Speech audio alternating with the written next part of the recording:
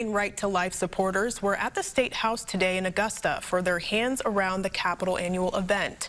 They say the day is about remembering the 64 million lives lost to abortion. They say the recent change in Roe v. Wade abortion laws are decided by the individual states and that Mainers have a choice. We're here to say we, your Maine citizens, want to really talk about some good things that are happening in Maine that support the life cause. And we have great resources out there that can help women when they choose life. And we want to be a resource, a light, a hope. And, you know, those resources exist. So there are other options, and we want to be those options for women. And those options don't end at the birth of the child, but they continue on afterwards.